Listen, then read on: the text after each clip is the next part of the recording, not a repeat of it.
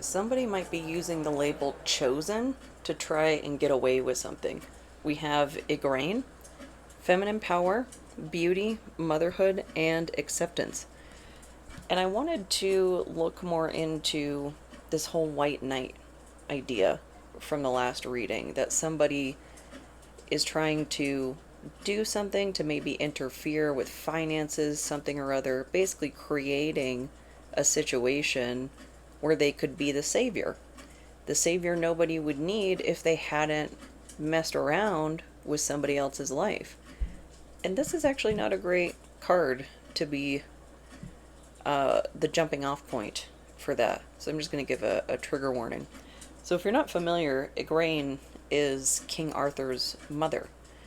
And her story is pretty tragic. The way that she was treated by Merlin, and yeah, it was pretty bad. So, just long story short, Arthur's birth was orchestrated by Merlin, and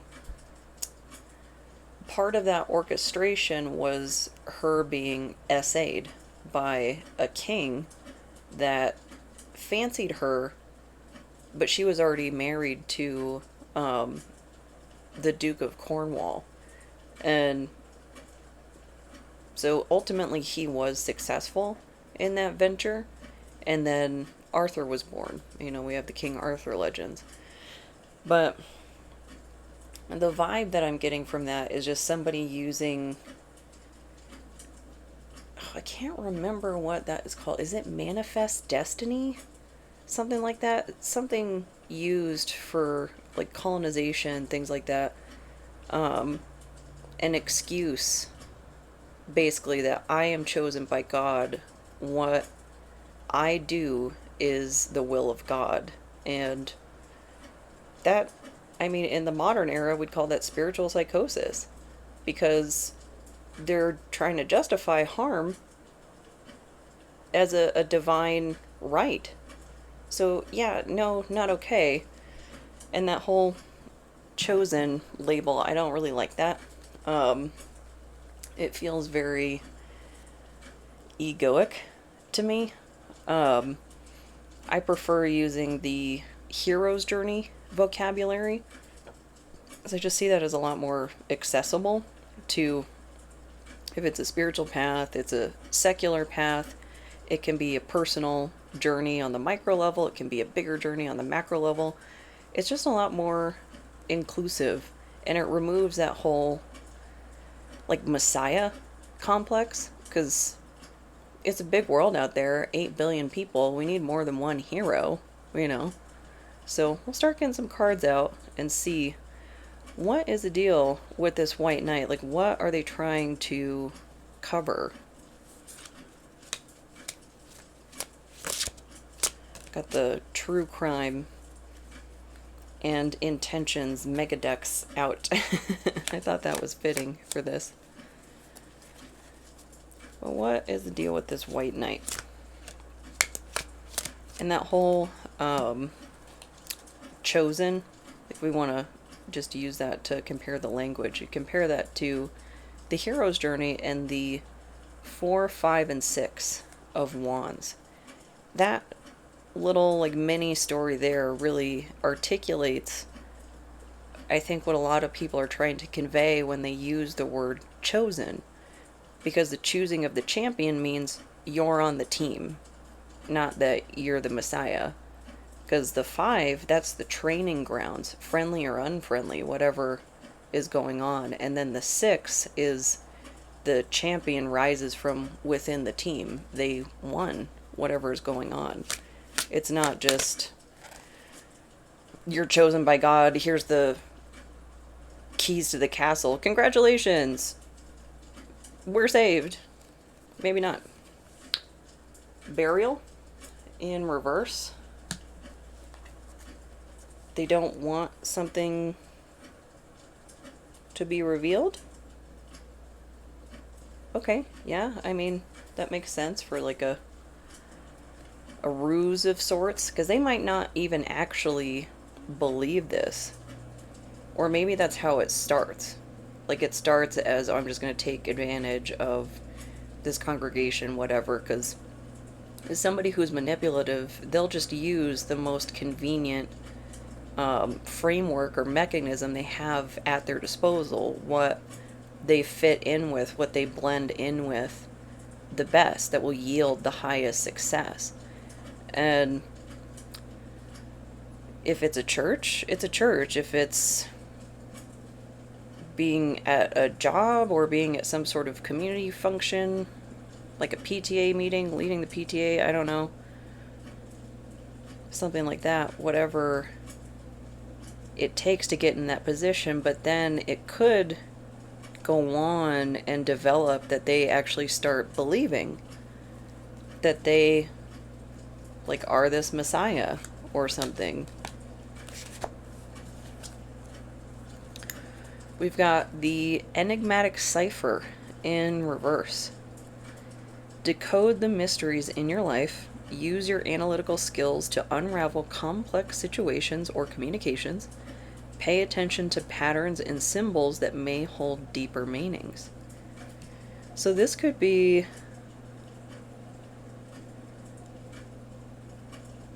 like they can't turn off the pattern recognition. That's like the spiritual psychosis, which is real psychosis. That's just like the flavor.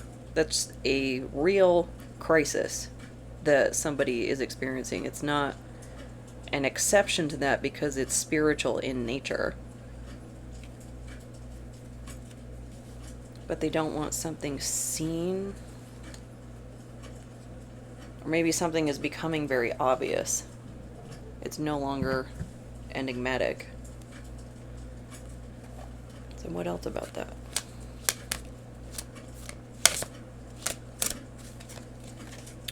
The enigmatic cipher. Then on the dice roll, I got 4th house, Venus, and Libra. And 4th house is Cancer. We're about to have a new moon in Cancer on the 14th. And Venus is in its fall in Libra, I think. Or no, Venus is in its fall in Cancer right now. Or Virgo, sorry. Is that right? Yeah, I think it's like 2 degrees of Virgo. Which makes me think of Aphrodite's war nature. Because she's a goddess of love and war. She had a cult center in Sparta right next to Aries. And so that analytical nature, the strategist, Libra, justice, that sort of theme. Something to do with that in the 4th house, bringing justice to that area, or war on that area. Oh, 3 popped out. Okay. Female in reverse, meeting, and debt in reverse. And we got the female rune last time, so maybe this has something to do with whomever was in the witch role. This could be who Igraine represents.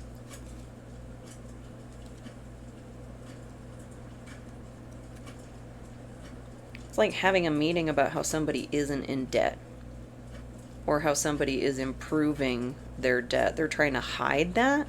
That's weird. And also, as I suspect, piggybacking off of that theme of the last reading, that somebody was sticking their nose where it doesn't belong, like into your harvest or something. Has something to do with this, with debt in reverse. What I'm not clear on, though, why? Like, why are they not only up in your business, but they feel completely entitled to it, is what I'm gathering. Entitled to information that they are absolutely not entitled to. And they're having meetings about it, like they're deliberating? What, with like an attorney or something? You're trying to raise issue with you improving your finances? That doesn't make sense. Tell me more. What is the fixation on this woman's finances? Ace of Cups. Love? Still? Like, can't accept that she's not interested in this other person for whatever reason? Like, are they trying to figure out how to buy her love? And I don't know, now that she's not in debt, she can't be bought? Probably couldn't be bought before. And that's different than taking advantage of someone when they're in a desperate spot. It'd be like,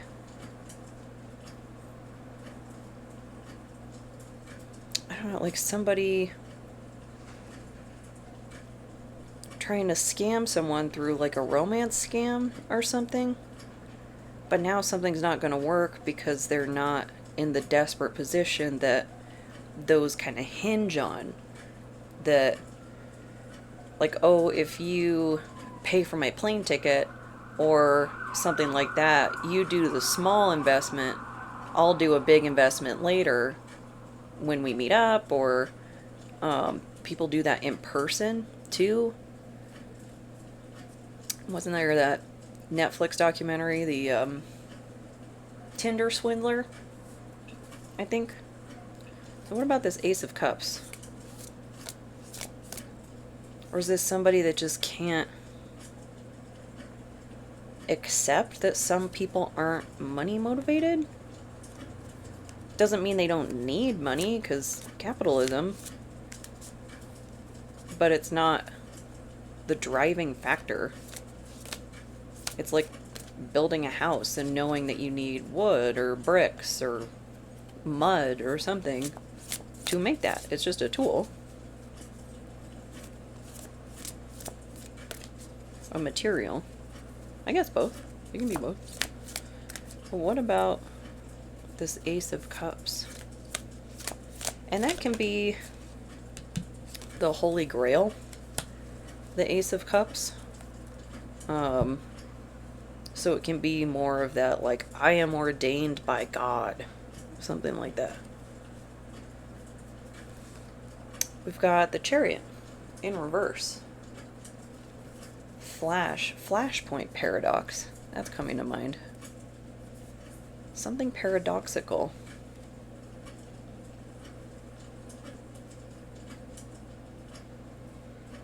Unable to hold space for paradoxes.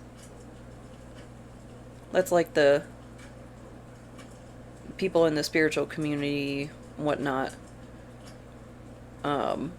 Like, you're not allowed to make money. Like, you're not allowed to make enough money to be comfortable. Like, you have to give all your money away. No.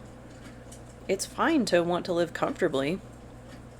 It's when it becomes like the hoarding and the excess wealth and things like that. And at this point in human history, that has to be a pretty large amount of money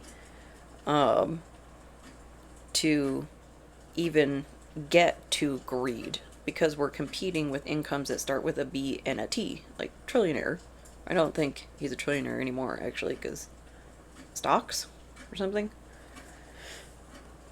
But it's being unable to hold space for, like me, that I like iced coffees. I've found a new flavor I like. It's toffee nut. It's English toffee and hazelnut. I like getting myself iced coffees occasionally. Sometimes more than occasionally. But it'd be somebody taking issue with, like, me getting a coffee. Why? For why? That's such a small expenditure. And it's ambrosia. Why do you have a problem with coffee? I really like that flavor. And yeah, I did, get a bottle of syrup so I can make that combination, hazelnut coffee and toffee syrup. But That doesn't mean I'm not going to treat myself to an iced coffee when I feel like it.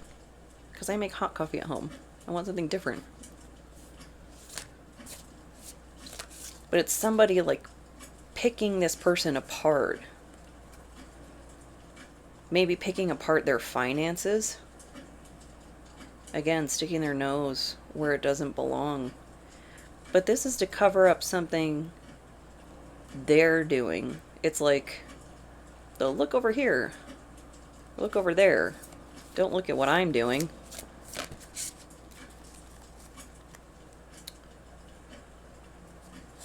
Really leaning into that black and white thinking to try and get everybody to focus on just how terrible this woman is. I don't know why. But not being able to hold space for simultaneous truths, nuance, stuff like that. Trying to convince the respective congregation, just taking the bottom one, that she's actually as bad as this person has like a perceived issue with them. Six of Swords. Because they're trying to leave? They're trying to live their life? They're keeping her prisoner. It's like to birth Arthur.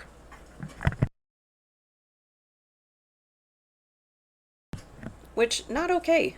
And then using some sort of excuse like, well, it's ordained, divined by God that she remain in our captivity to save the world later or something. Like, if the highest good of all doesn't include the best interests of this woman, it's not the highest good of all. No exceptions. She needs to be included in that, considered, and freed from this prison. Because in a modern sense, that this is like financial abuse, keeping somebody in place by withholding access to resources, opportunities, which restricts agency. And that is a prison. That is a prison without a physical cage. Because it's like availability versus accessibility when we're talking about like social safety nets, money, things like that. Like, yes, these things having the potential to exist in people's life, that's step one. They need the ability to access help when they need it, promptly, not years later when things have been left to deteriorate and they've been left to suffer in inescapable situations. Those type of situations where people try to speak up and say, I'm trapped, I can't get out of this. And people will say, oh, it's just a mindset. You just need to work harder. What? All I'm doing is going faster on the hamster wheel. What I need is traction. What I need is somebody to open my cage door because I don't belong in here. And they also won't fill up my bowl and they won't let me out.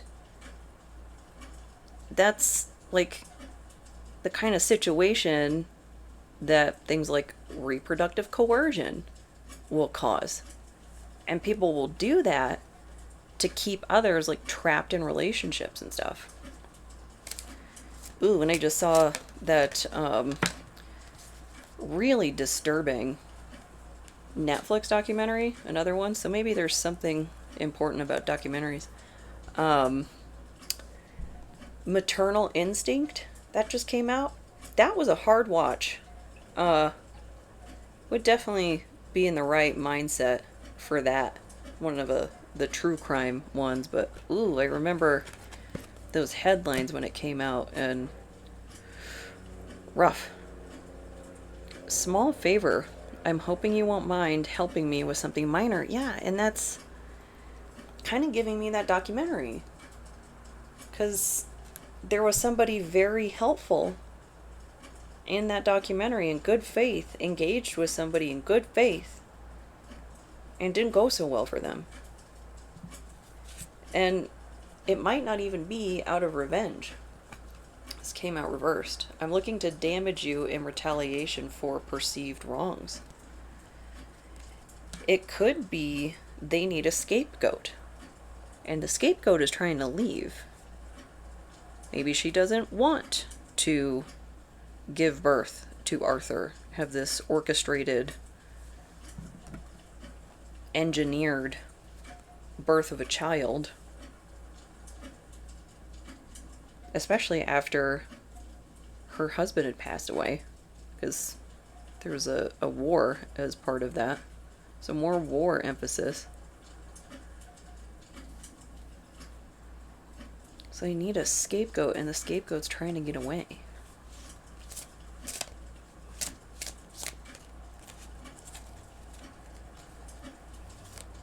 I don't like this. Definitely not a real White Knight. Great news. I have something amazing to share with you. Nope. No, they don't. Don't meet them anywhere. Do not. Don't pass go. Do not collect $200.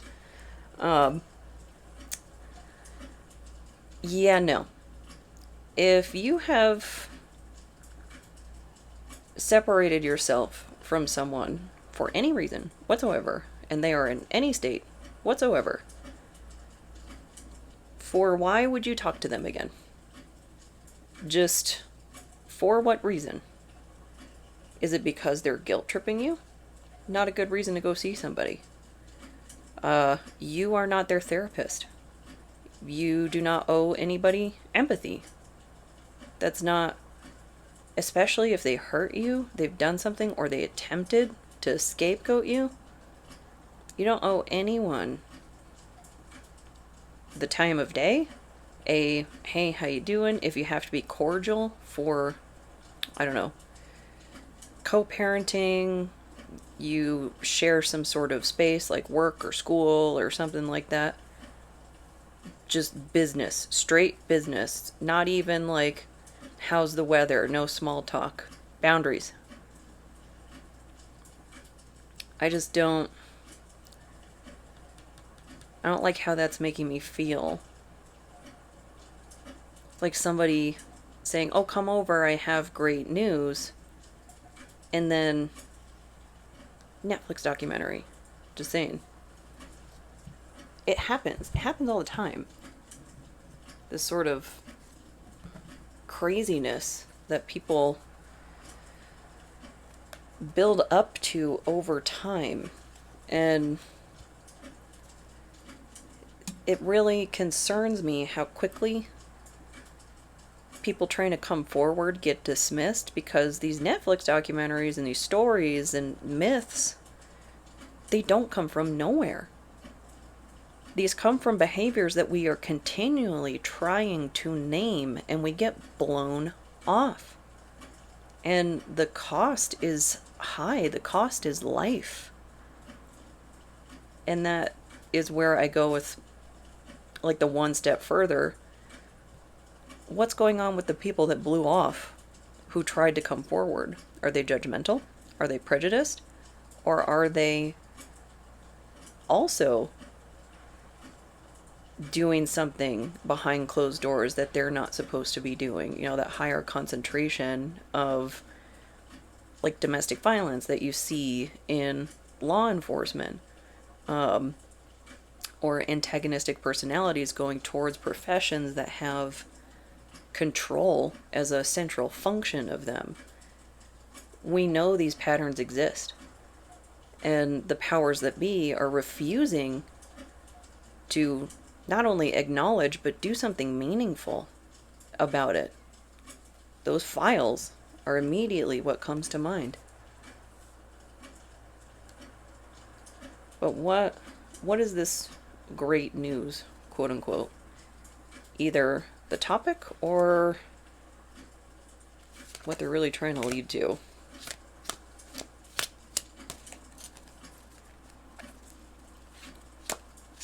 It would be so strange to be like, I'll just take that whole bundle. in a doctor's office or something and then start arguing with them about news headlines and whatnot. But what are you supposed to do? Those are valid points. That what if you have seen a news story or read an article that they haven't? What if you have information they don't? But then you try to get them to hear you and you get labeled mentally ill, crazy, symptomatic, whatever. I don't really know what the solution is, because are we just supposed to endlessly shop for doctors or somebody who believes us? Because the problem isn't that we're not telling the truth. The problem is that we're not being believed and there's no effective avenues of recourse to go up against that. So we have the legal compass. Okay. Align your actions with ethical and legal standards. Ensure that you're informed about relevant rules and regulations in your decisions. Integrity and legality should guide your conduct. But that came out reversed. They look like they're in a very dreary space. But I was just going on about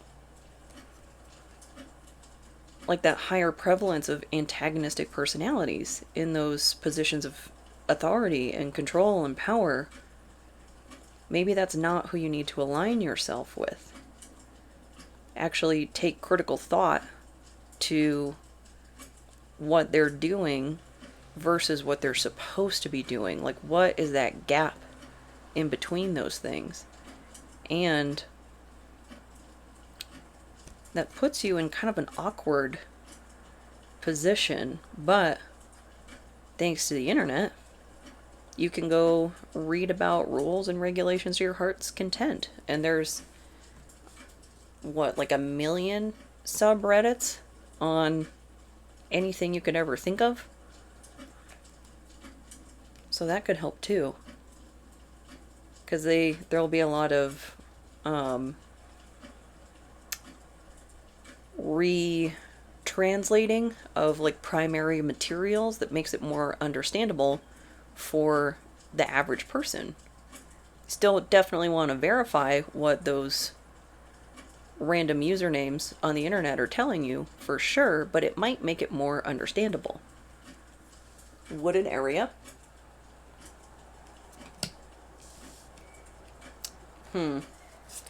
Man.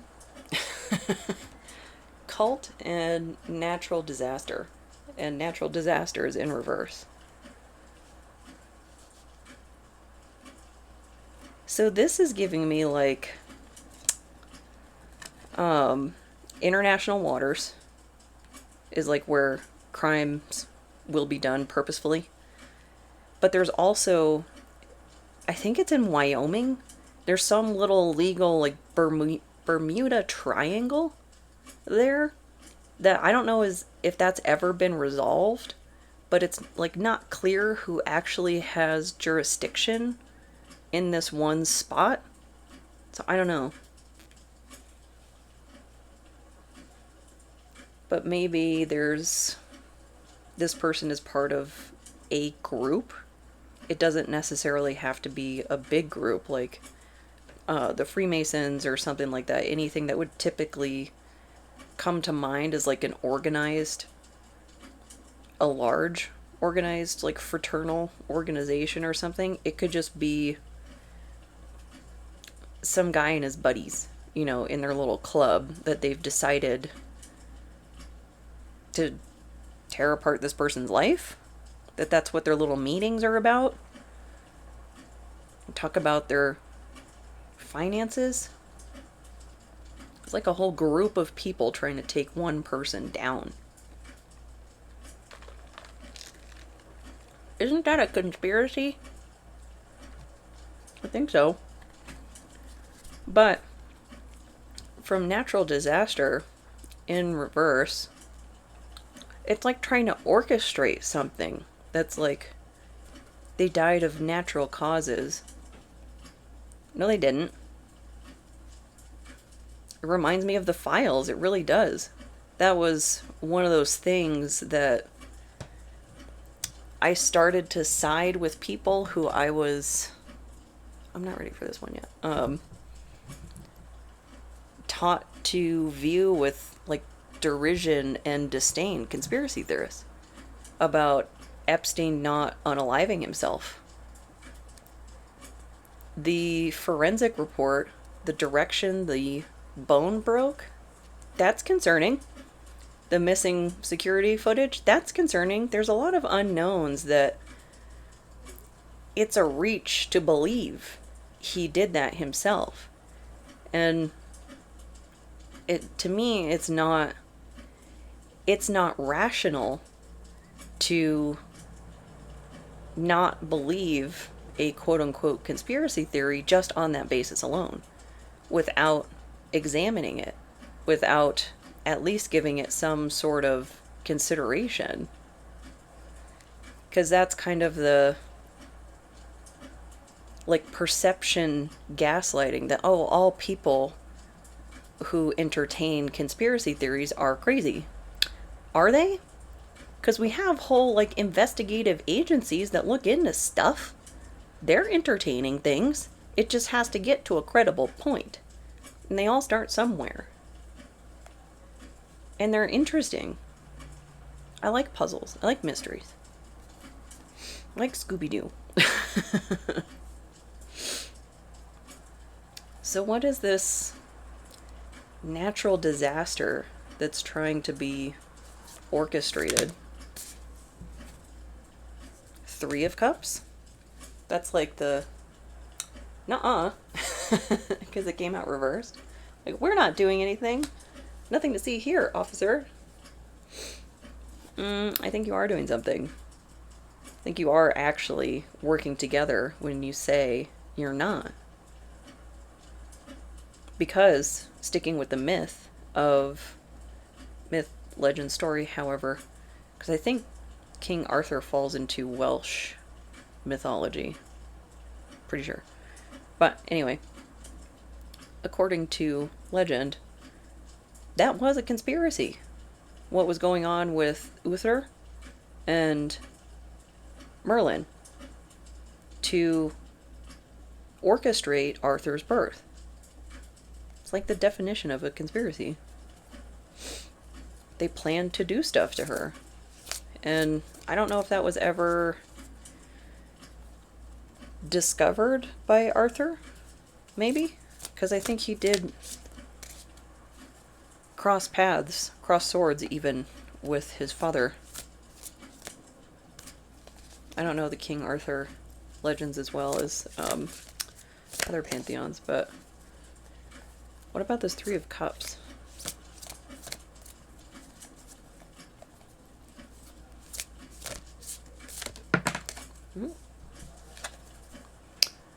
King of Swords. That could be a lawyer, a judge, somebody in a three-letter agency, military, that sort of like authority figure. But they're not aligned with ethical and legal standards. Maybe they appear that way though, because this came out upright and then the legal compass came out reversed. So it's like a crooked somebody in law in the legal system. Don't know exactly what role they have. Could be somebody's. Seems like a lot of effort though for this one person. Like what do they have? Why are they so focused on her?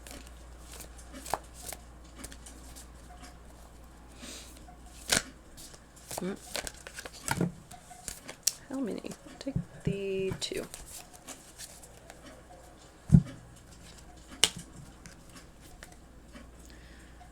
Seven of Pentacles in reverse and 10 of Cups in reverse. Impatience and not a family, because this The Ten of Cups in reverse would be like the king coveting Igraine while she was still married to the duke, and not being patient about it, because him trying to, what do they say, force his attentions on her caused the duke and her to leave unannounced. And then the king used that as justification to like wage war on them. Somebody very entitled, very like, it is my God-given right to have access to this woman. Not if she said no. That's it. Like, no other explanation, justification, qualification, anything. And if anybody argues beyond that, why? Why are we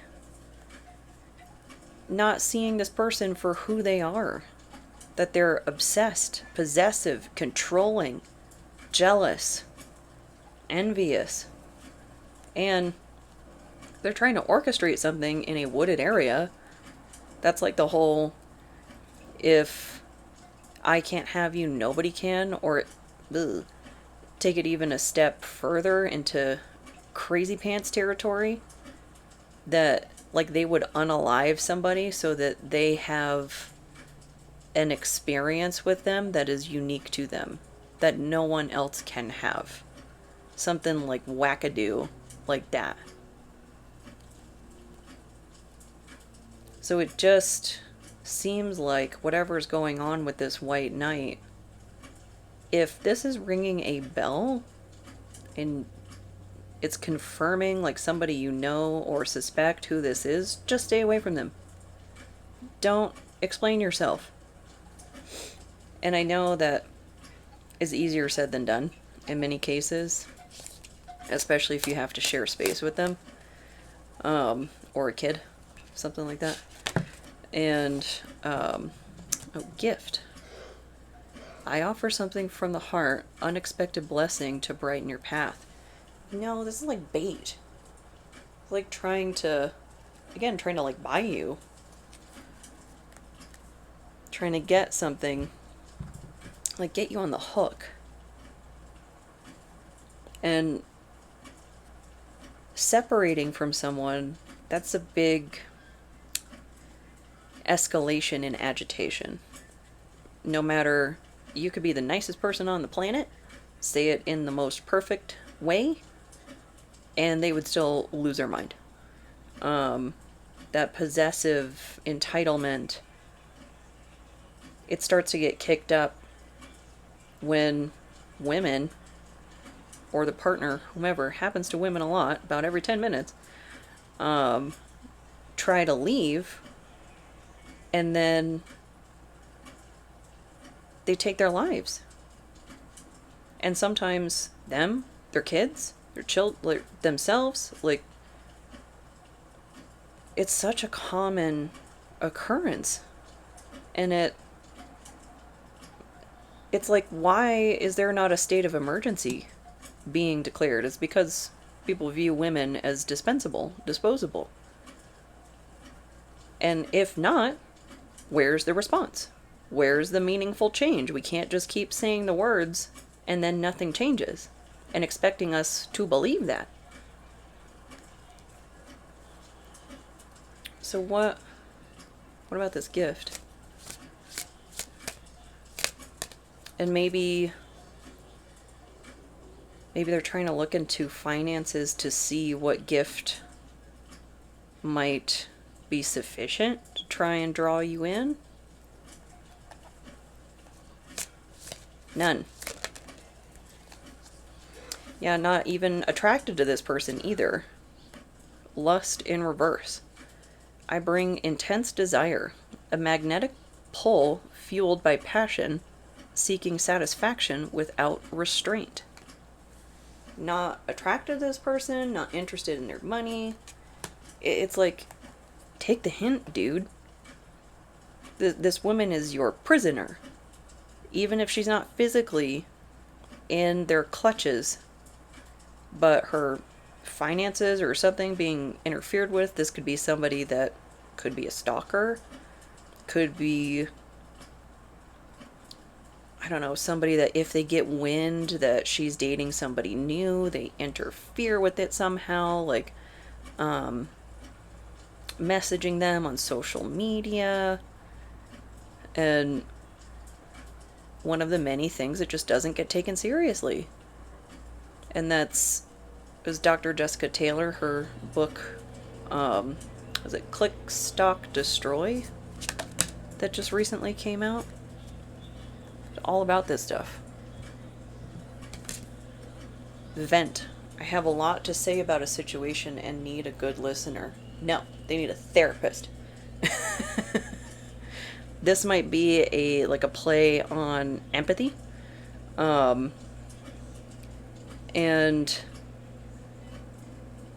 someone well-meaning doesn't have the de-escalation skills or even necessarily like the professional credibility to say this person is disturbed. We need to actually do something about this. Becoming a danger to themselves and others. And the vent, that could be like somebody who wants to apologize at you, not to you. Like just wants to check off the box, has some sort of fixation that on like closure, on that idea of closure, and they've become distorted and obsessed with it, that if they don't get the opportunity to apologize, they'll never be able to move on. Go to therapy. They can help. It's not me trying to be belittling of their emotions, but it's like, okay, get it together, go to therapy, or you're gonna end up in the big house. Like, we're making choices. So,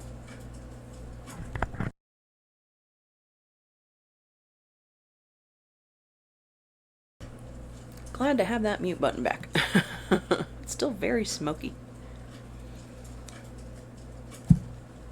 So what?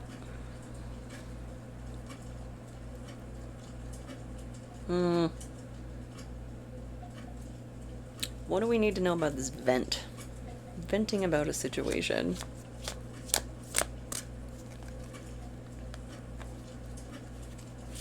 Because that, it's just giving me that, like, just 5 minutes, just one more, just let me in. No. No, no, no. Especially if you've already, yep. If you've already gone through like a divorce, a legal battle, something like that, it's over. It's over. They can deal with their feelings. Therapist, support group, friend, not you. Not your responsibility. But we've got the death card. You can take that as transformation, as like a divorce. End of a situation. So maybe that's what they want to vent about. Or it could even be trying to play on your empathy, like maybe they've experienced a death in the family, cared, loved one, something like that, and they're using that as like a foot in. No. And they might use that to make you look bad. And I would rather look bad than end up in a wooded area. Just saying. And there really is no limit to the potential for harm with a highly antagonistic personality. If you've ever been around somebody who's really determined on tearing you down, like if you've noticed, maybe they'll nag you, like try and do little passive aggressive or covert aggressive comments, but then at other times they'll try and like lift you up, trying to like deepen the lows and raise the highs that you're experiencing. It's like trying to enhance a trauma bond. But once you notice that pattern in someone, I've noticed at least, they don't tend to stop. it just keeps going. It's not, even if you stop responding to it, you stop giving it fuel, they'll either kind of slow fade out and pull back in some manner or altogether, or they just keep doing it as if you haven't noticed. And it's so strange to me. And that second type of personality, that makes me a lot more nervous than the first, because the first will actually give up. They'll go seek greener pastures elsewhere. This is like somebody who has a fixation on a person. I'm going with all that.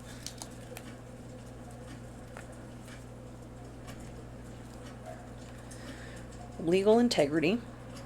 Uphold integrity in all legal matters. Ensure that your actions are honest and within the bounds of the law.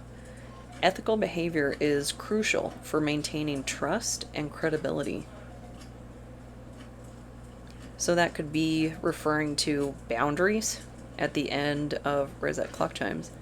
But at the end of a situation, that if you guys aren't married anymore, if you aren't friends anymore, if you aren't whatever anymore, it's done.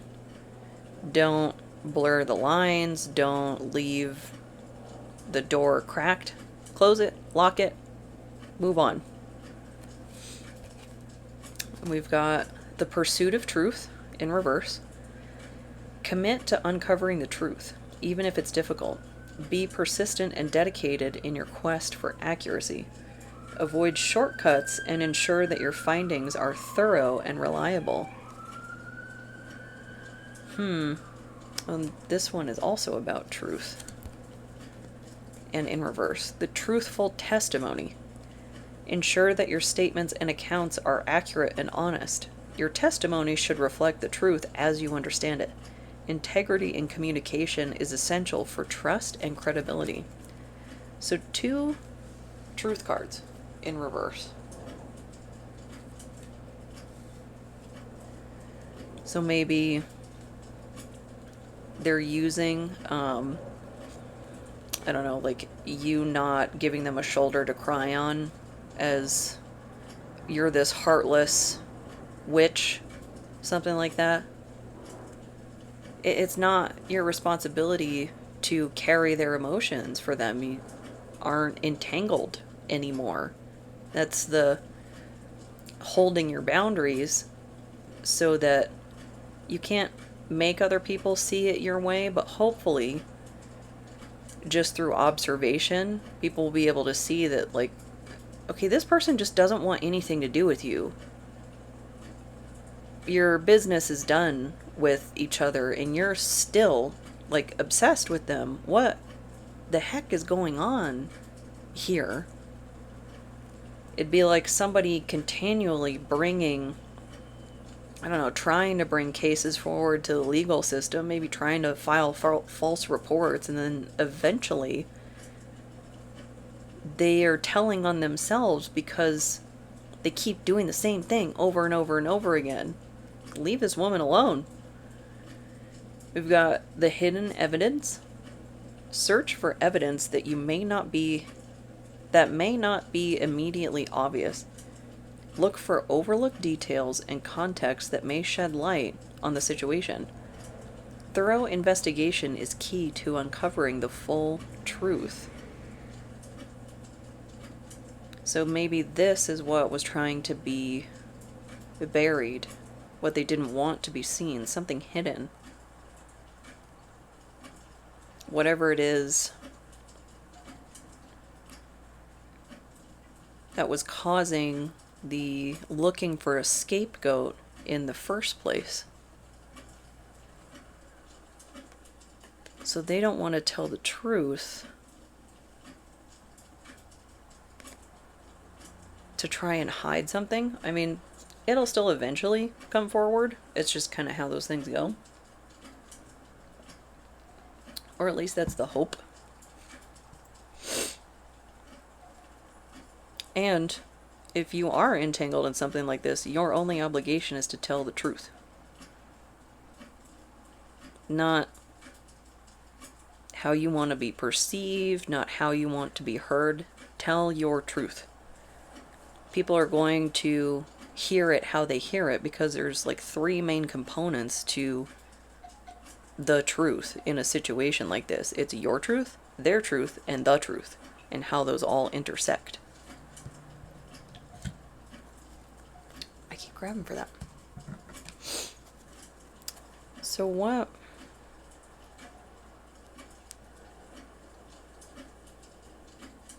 is trying to be hidden? Because I think the whole having meetings about a wooded area, that probably want to be hidden too, but it's like there's another layer past that. Like, why is this happening? What's the hidden reason?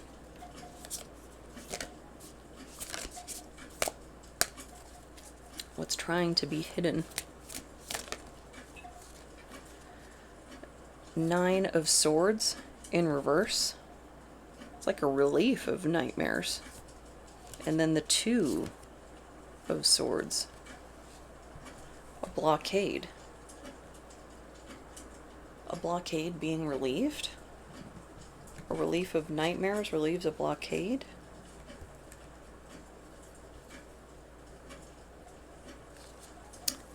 It's like the removal of this person from your life, like removed a nightmare. So it removed the obstacle to whatever it is you're working on. Maybe it's just like general well-being, personal goals, things like that.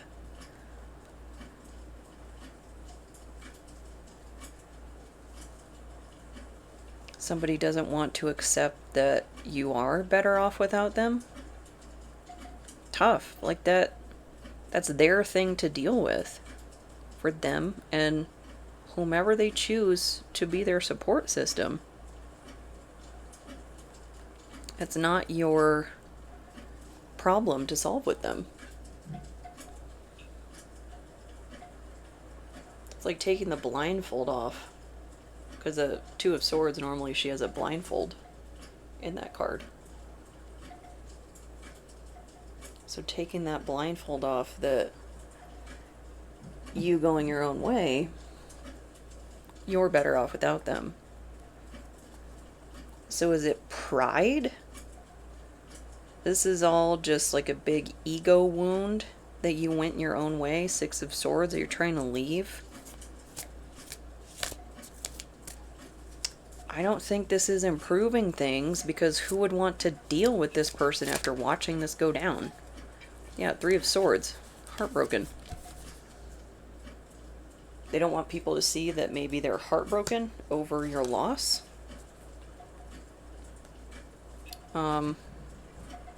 Again, pride.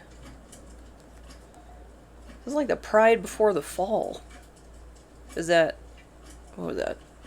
Is that Ecclesians? I can't remember. But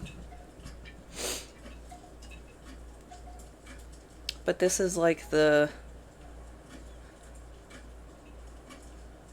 death rattle, and it gets really intense before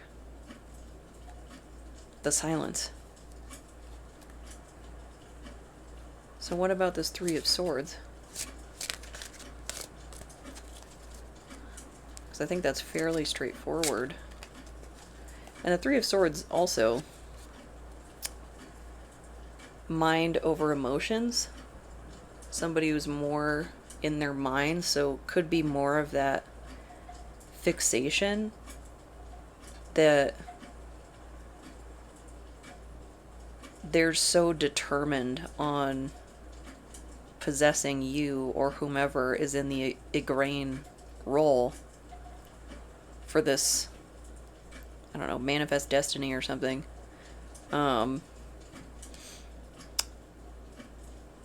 That they're ignoring the effect this is not only having on them, but the people around them, that this is like heartbreaking and shocking and terrible to witness. Like, how could you do this to another person who is just simply exercising their agency? Got dishonesty and deceit in reverse. That's what the Three of Swords was about. I will withhold information from you for my own benefit, and I have ill intentions and may be planning on deceiving you. But in reverse. So if it's more mind over heart, that could be the mask that's being cast. Because it's rare for somebody who is abusive, is doing something to harm other people, to just like readily admit to it. Trying to convince people that they're not the dishonest one, they're not the deceitful one, and trying to do that through like wordsmithing. Quite the skill, wordsmithing. Words are spells. It can do a lot of damage to somebody else's life. They're being dishonest, casting them in a certain light that would impact their forward movement in some way. That is a spell. That's like a binding spell, just using different words for it. They could be a practitioner. She is also mother to Morgan Le Fay. So there's that. What else about deceit and dishonesty? Oh, I'm just taking the bottom one. Reckless. You're acting like you don't care and waiting for it to crash and burn. Be warned. It's easier to change course now than to clean up the mess later on. It's like what I was saying. Like, go to treatment or go to the big house. Pick one. It's going to be picked for you if you don't pick the first option. Somebody with this level of entitlement, though, might think like, oh, I can outsmart the system. I'm above the law because I'm the Messiah. I am king of the world, master of the universe, whatever. If you are, then why do you have to declare it? It's one of those, like, here's your sign. So what are they being reckless about, though? That I'm curious, because this could be some very erratic behavior leading up to it. Maybe you've already observed it. If our starting point was that they're looking into somebody's finances who they have no business looking into, there's a very high potential for escalation with that level of entitlement. So what are they being reckless about?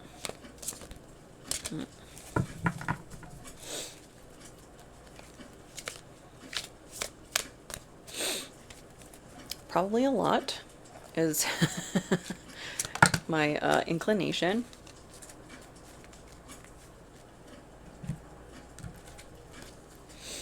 We've got window in reverse, syringe, gloves, and the legal puzzle. Approach legal issues as a puzzle to be solved. Break down complex legal problems into manageable parts and piece together the solution methodically. Patience and attention to detail are key. This is giving me like Dexter vibes. He came up in a recent reading too. Being reckless about trying to take control of the situation. And, as I've said many times, if you feel like you're in danger, depending on the situation, you might have better luck going to a domestic violence organization. Because you run the risk of running into those highly antagonistic personalities every time you try and ask for help. Oh, and looks like these are right next to each other in numbers, 41 and 40. And like a window's a view. into something. It's like not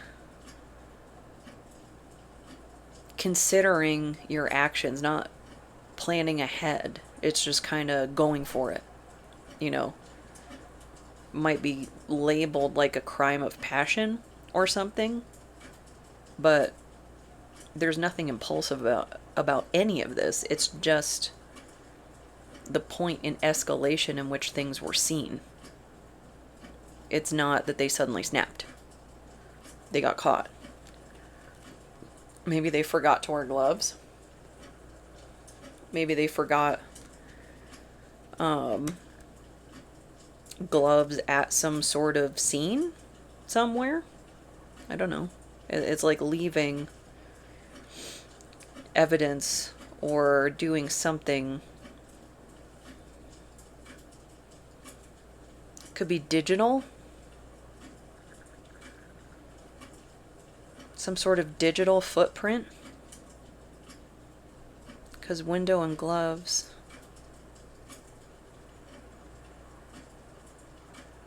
It's like a fingerprint. It's like leaving fingerprints.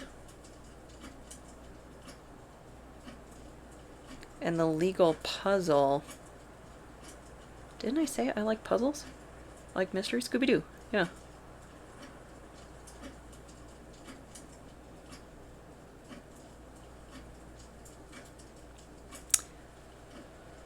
Maybe they did something, like being reckless. They focused in too narrow into something.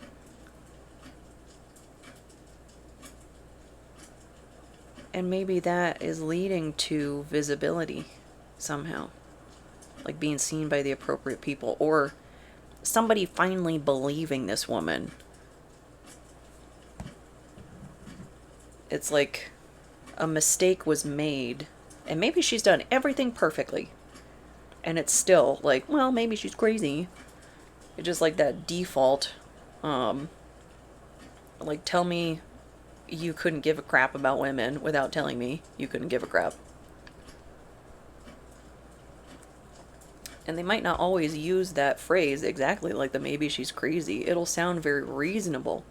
It'll sound very like, oh, maybe she's symptomatic or something. Like, maybe she's traumatized and reacting to a threat.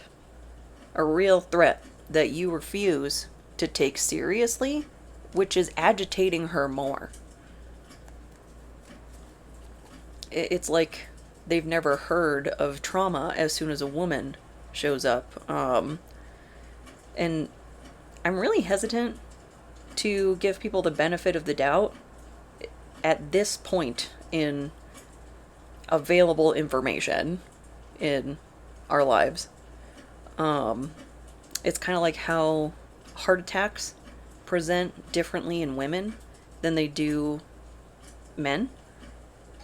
In the same token, though, what we're talking about is like when people make these assessments, the woman who's reacting, who's hysterical, who feels unsafe, she gets labeled as the one making things up. And there's somebody like calm, cool as a cucumber, not displaying any stress.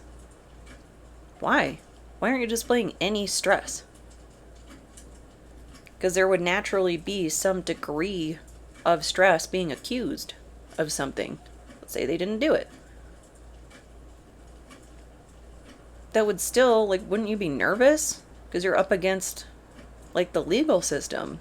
Unless you know how to work it. You know they're going to side with you because you're part of the dominant demographic. Why would they be nervous at all? They can get away with whatever they want. And then maybe they'll get a spot on a late night talk show after they get convicted. I'm still mad about that. But the legal puzzle. But this White Knight really sounds like the bane of many women. So many of us have tried to come forward with our experiences just like this. That something is going on in our lives And maybe we even have proof. Maybe we have reason to believe that people are having meetings. Could have caught somebody trying to get near email, get your login or something in regards to something financial. You know, that somebody suspiciously logged in from somewhere else sort of alerts that you get from stuff. Maybe you got something like that that alerted you to somebody was looking into your money, and then it started this whole thing.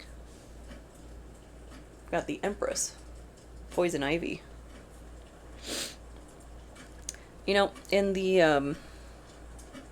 there's this book, I can't remember what it's called.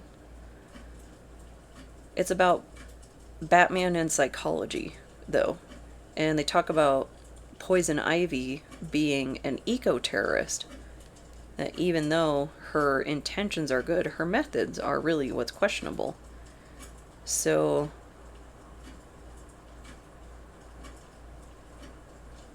what I'm kind of getting from that, it's not completely going over to, obviously, like, not to their methods, what they're trying to do, like having meetings and stuff, but it might be willing to push the boundaries in interest of protecting yourself. You know, minding rules, integrity, ethics, things like that. That's a thing they won't do. If you can do that, you can navigate that system that is in no way, shape, or form built to help the Empress. I think that's a pretty good case, actually. Right as that clock chimes. That look what she was able to do with all these forces against her, and she still maintained integrity and ethics, didn't break the rules, maybe bent them, maybe went right on the line, and maybe the problem that they have is with the way she did something. Like completely failing to acknowledge the position that she's in, that she was forced to navigate, probably trying to get help the entire time. Nobody helped. What was she supposed to do? Just, like, go to the wooded area? Like, well, I guess the legal system won't help me, so it must not matter. My life must be forfeit. No. We're hardwired to survive, to adapt. That's what poison ivy did with a lot of things. Definitely went fully into her shadow, you know.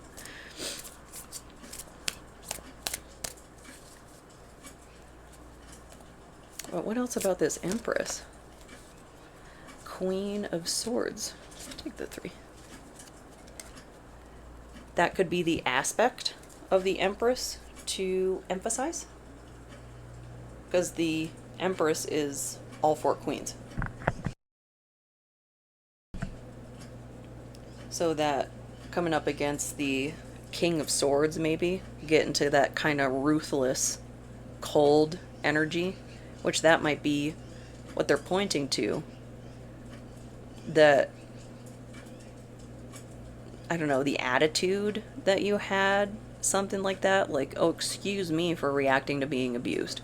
My bad that I wasn't this perfect saint, martyr, angel, whatever, impossible standard that you don't hold the other person to. It's more people telling on themselves. The issue is they're still getting backed by the problem. They're still operating within a system that supports the problem.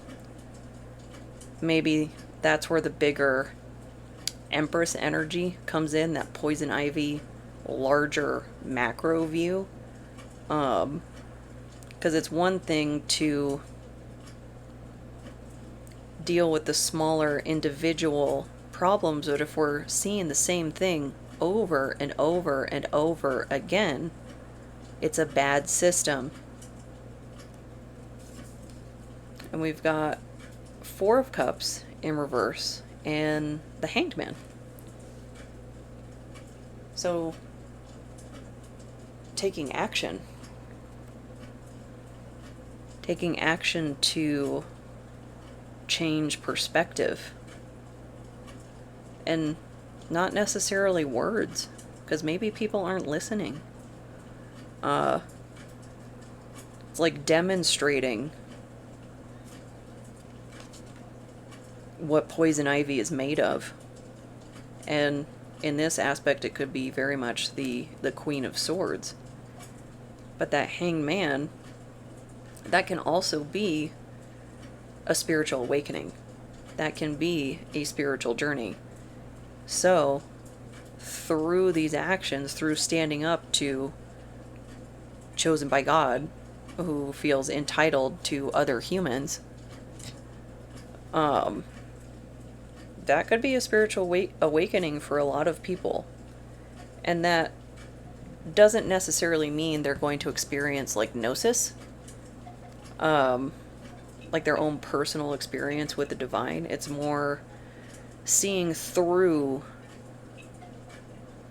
the veil, seeing through the illusion, that conditioning that it's been programmed in us, like, trust the system is there to support you, the system will protect you. Depends on what you look like, depends on how you talk, depends on your background. You have to be a worthy victim in order to get the support that you're still paying taxes for. I don't get a refund on my taxes, even though no one deems me a worthy victim. You're still taking my money. And maybe that is a sort of thing that is starting to get kicked up. Bigger questions. Like, wait, why? One, why was there a system in place that allowed this to occur at all? And why wasn't there an ability to counter it? It's starting to see the whole, well, maybe these people that we keep just like, they're crazy conspiracy theorists. Maybe not.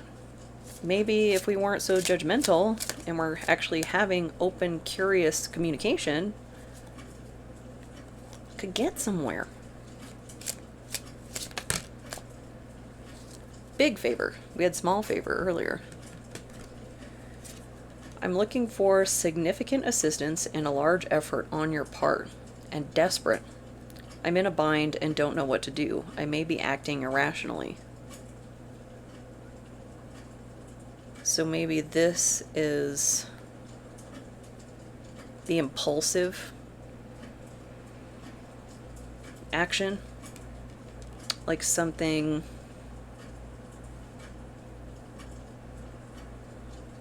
I don't know, what just came to mind is like all these court cases and stuff that keep coming up. Like, well, all we had to do was look at their search history, and yeah, we put them in jail immediately after we saw that, because, oh my god. But it's like, how do we get results before it gets to the point of somebody being hurt? So I think that's what myself and many others are looking for, is, well, you'll guard warehouses, you'll guard cars, but living, breathing women that say, I'm in danger, the answer we get is that's not illegal.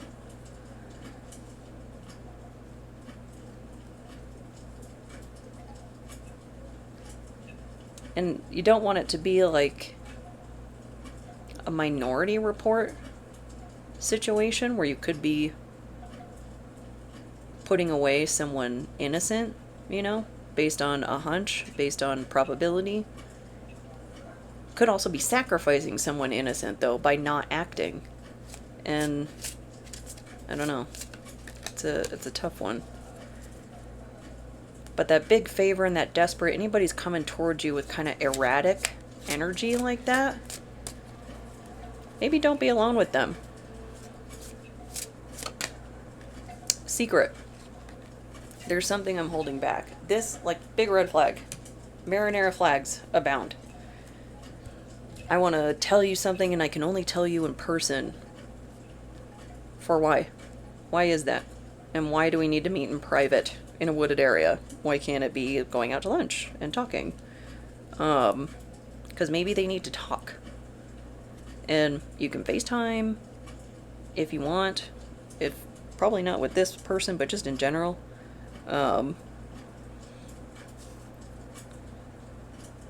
That's just, I think, a big red flag. That, like, I need to tell you a secret and I can only tell you in person, in private. Why? It's a reasonable question.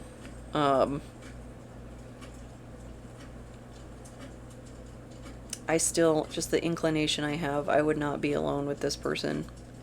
Just going on Igraine's myth story.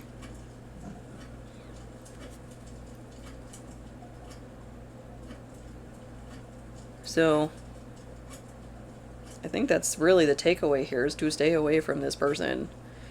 And your focus, if this is resonating, familiarize yourself with whatever framework you have to operate within.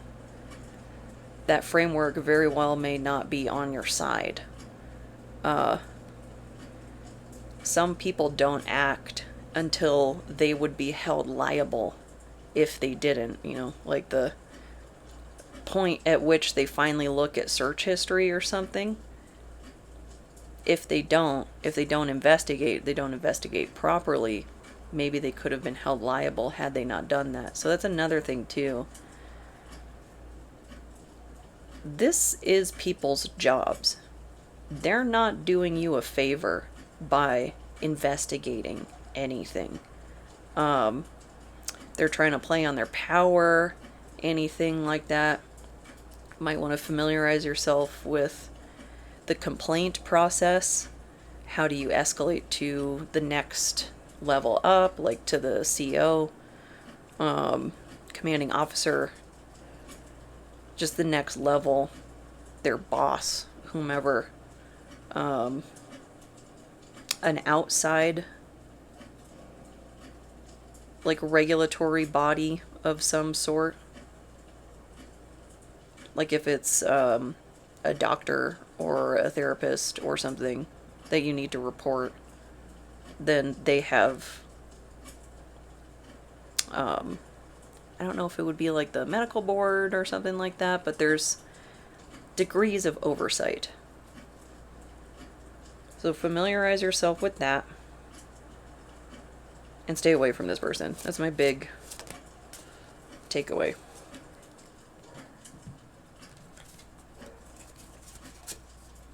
And we've got seasonal fruit and cheese. It's a good hot weekend for that. And pocket full of sunshine. I think everything's going to be okay. As erratic and true crimey as this came out, somebody who's stirred up like this, not going to stay off the radar for very long. At least I would hope not. I never cease to be surprised by the actions of who's supposed to enforce things. And that's not a compliment. We do deserve better and reasonable expectations when we go and try to seek help from the system we are paying for. So, fruit and cheese, stay in the shade, stay hydrated. It's a good combination to get some water in, get the salt, you know, the electrolytes and all that, and some nice music. I'm such a metalhead that I always tend to listen to like the more aggressive music so I can get kind of on a single track. It's good to branch out, change it up a bit, give it that summer vibe, you know. But overall, I hope this helps. One, that I hope it doesn't resonate, but if you recognize something in this reading, I hope you found something helpful, and we'll see you next time.